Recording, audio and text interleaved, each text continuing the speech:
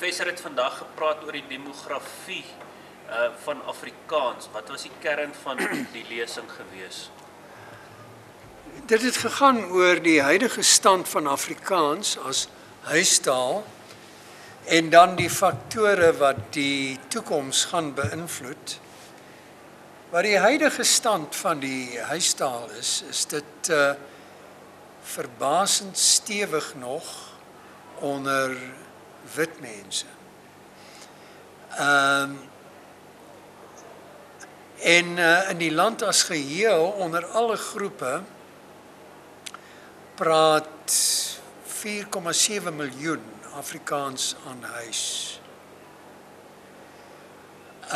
Nie net wit mense nie, dit is alle groepe.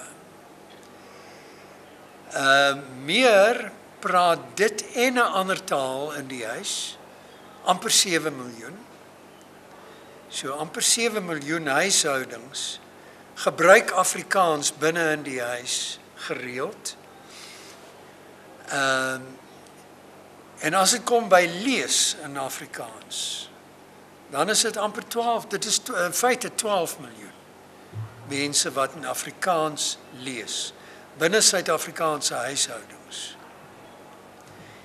Dis nie net waar jy gedwing word om iets te lees, dit is waar hulle leesstof uitkies wat in Afrikaans is.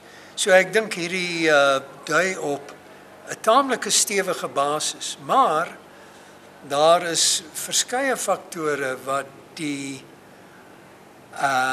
Afrikaans as huistaal verswak het relatief tot wat hy kon gewees het. Een van hulle is emigrasie. Daar was beduidende emigrasie. En ek het self uit my navorsing tot die gevolgtrekking gekom dat daar eintlik meer emigrasie onder jonger Afrikaanssprekendes is as onder jong Engelssprekendes. Maar dit moet nog bevestig word.